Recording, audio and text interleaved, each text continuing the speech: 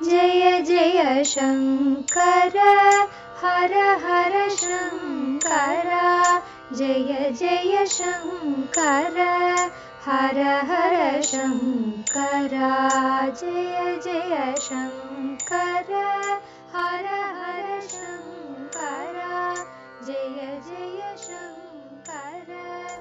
பண்பாடு தெய்வத்தின் குரல் 4ஆம் பாகம். கவிஞர் அறிஞரின் தற்பெருமை, நீலகண்டரும் மகாதேவரும் தொடர்கிறது. எல்லாம் அறிந்த அம்பாளே அவள் சகல வித்யா ஸ்வரூபிணியானதால் இந்த 2 மகாவித்வத் குழந்தைகளும் சந்திப்பதற்கு சங்கல்பம் பண்ணினாள். இதனால் வித்வத்தோடு வினயமும் இருந்தாலே ஒருவருக்கு அழகு என்று தீக்ஷிதரும் அவர் மூலமாக லோகமும் தெரிந்து கொள்ள பண்ணணும் என்று நினைத்து சம்பவங்களை உருவாக்கினாள். ஒரு நாள் வீதியிலே தீக்ஷிதர் மந்திரி ஜபர்தஸ்துக்குரிய மரியாதைகளோடு பல்லக்கில் போய்கொண்டிருந்தார். மகாதேவ சாஸ்திரிகள் பாட்டுக்கு அதே சமயத்தில் அம்பாளை தர்சனம் பண்ணிவிட்டு அவளுடைய சரணாரவிந்தத்தை தியானம் செய்தபடி அந்த வழியாக தம்முடைய ஜாகைக்கு திரும்பிக் கொண்டிருந்தார். பல்லக்கை அவர் கவனிக்கவில்லை. வீதியிலே அத்தனை பேரும் மந்திரியை மரியாதை பண்ணி கொண்டிருக்கும் போது அசட்டு பிச்சு மாதிரி இப்படி ஒரு பிராமணன் அலட்சியமாக குறுக்கே போவதை பார்த்தார் தீக்ஷிதர். அசட்டு பிச்சு மாதிரி இருந்து கொண்டு இத்தனை அகங்காரம் வேறேயா என்று தப்பாக நினைத்து விட்டார். அதனால் அதட்டலாக தம்முடைய பரிவார ஜனங்களை பார்த்து, தொங்கல் காதோடு குறுக்கே வரும் இந்த பேர்வழி யார்? இவருக்கு அர்த்தச்சந்திர உபசாரம் பண்ணி அனுப்பி வையுங்கள் என்றார். மகா பாண்டித்யமும் ரசஞானமும் உள்ளவரானதால் கோபத்தில் உத்தரவு போடும் போது கூட சமத்கார பாஷையில் அர்த்தச்சந்திர உபசாரம் என்று சொன்னார். கல்தா கொடுப்பதுதான் அர்த்தச்சந்திர உபசாரம் என்பது.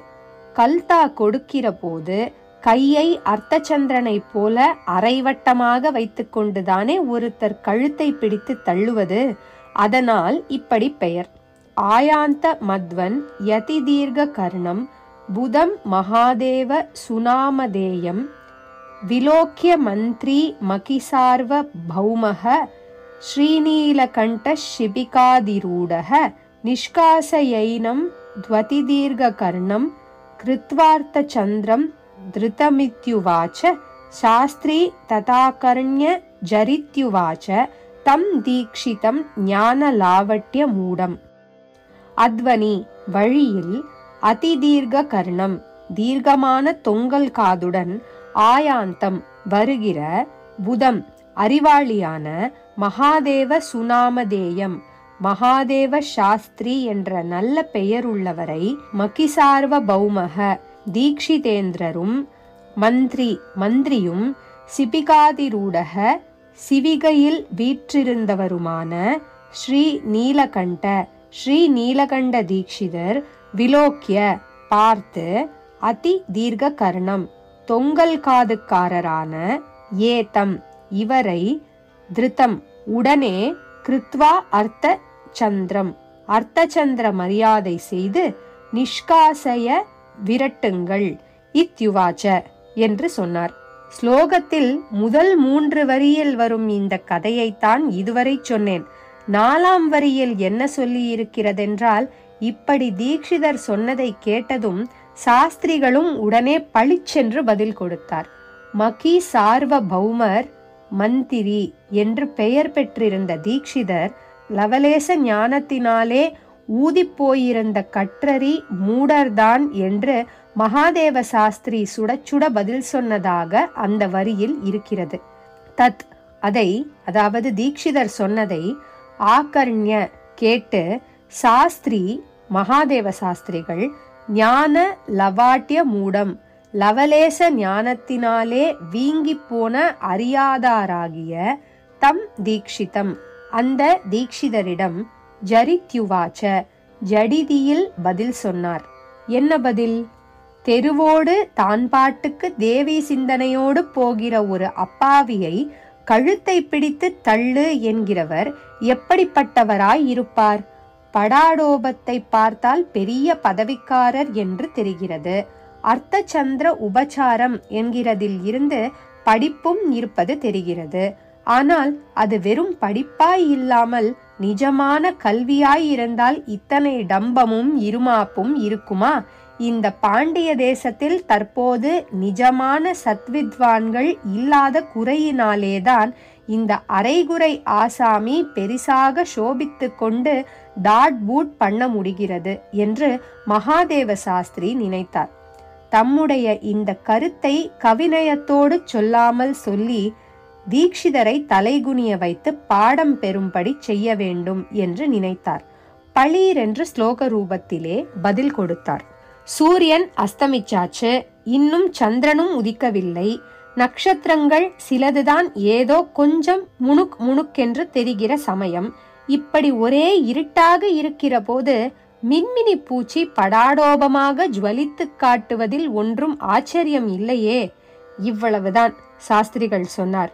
சூரியே பிரணஷ்டே சசிநிஹ்ய திருஷ்டே தாராசு மந்த द्युतिषु प्रकाशम महांतकारे अतिविराजितेहि कत्योदगोप्यल्परुचिर न चित्रम सूर्ये प्रणष्टे சூரியன் மறைந்து சசி நீ அதிருஷ்டே சந்திரன் பார்வைக்கு வராமல் தாராசு நட்சத்திரங்கள் மந்த द्युतिषु பிரகாசம் ஒளி மங்கி இருக்கிற மகாந்தகாரே நல்ல கும்மிருட்டின் போது கத்யோதக அபி மின்மினி பூச்சி கூட க என்றால் ஆகாசம், தியோதகம் என்றால் ஒளியுள்ளது.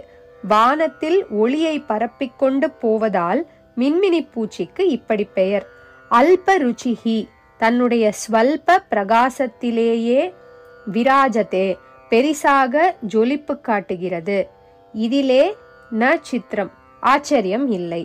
இப்படி அவர் ஜாடையாக சொன்னபோது தீக்ஷிதருக்கு போதுமானதாக இருந்தது. நல்ல மாட்டுக்கு ஒரு சூடு என்பார்கள் அல்லவா? அநேக விதத்திலே மேன்மை பெற்றிருந்த தீக்ஷிதர் உடனே அம்பாளை தியானித்து பார்த்ததில் அவருக்கு எல்லாம் தெரிந்துவிட்டது. தாம் எந்த மகா பண்டிதரை பார்க்க ஆசைப்பட்டோமோ அவரையேதான் தொங்கல் காதர் என்று எடுத்தெறிந்து பேசிவிட்டோம்.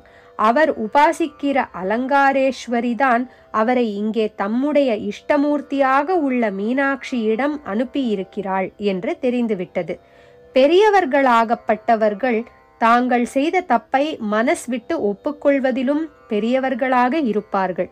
உடனே தீக்ஷிதர் பல்லக்கில் இருந்து குதித்து நேரே மகாதேவ சாஸ்திரியிடம் போய் அவருக்கு சாஸ்திரோக்தமாக ரொம்பவும் மரியாதைகள் பண்ணி, அலங்காரி அனுப்பி வைத்துத்தானே மீனாட்சியை தரிசிக்க வந்திருக்கிறீர்கள் என்று கேட்டார். இவர் இப்படி கேட்டதிலேயே சாஸ்திரிகளுக்கும் இவருடைய பெருமை தெரிந்தது. அம்பாளுடைய வித்வித் குழந்தைகள் இரண்டும் அவள் ஆசைப்படியே ஒற்றுமையாய் சேர்ந்து விட்டன.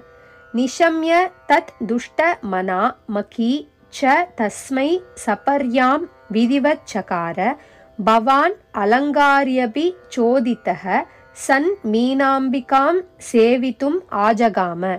மகீஷ தீக்ஷிதரும் தத் அதை சாஸ்திரி சுடச்சுட சொன்ன பதிலை நிஷம்ய கேட்டு துஷ்டமனா சந்தோஷமுற்ற மனத்தவராக, நமக்காயிருந்தால் மந்திரியாயும் வித்வானாயும் உள்ள நம்மை நடுவீதியிலே எவனோ ஒருத்தன் வெறும் மின்மினி பகட்டுக்காரன் என்று சொல்வதா என்று பற்றி கொண்டு வரும். உத்தம குணமுள்ள தீக்ஷிதரின் மனசோ இப்படி அவர் தமக்கு பாடம் புகட்டியதில் சந்தோஷமே அடைந்தது. பவபூதியின் ஓலையில் அம்பாள் தேனை சுண்டிவிட்டு தன்னை தோற்க பண்ணினதையே காளிதாசன் மே சௌபாகியம் என்று பாடினார் போலத்தான். தீக்ஷிதர் சாஸ்திரிகளின் சூடான பதிலை கேட்டு சந்தோஷம் அடைந்தவராக தஸ்மை அவருக்கு சபர்யாம் மரியாதைகளை விதிவத் விதிப்படி சகார செய்தார்.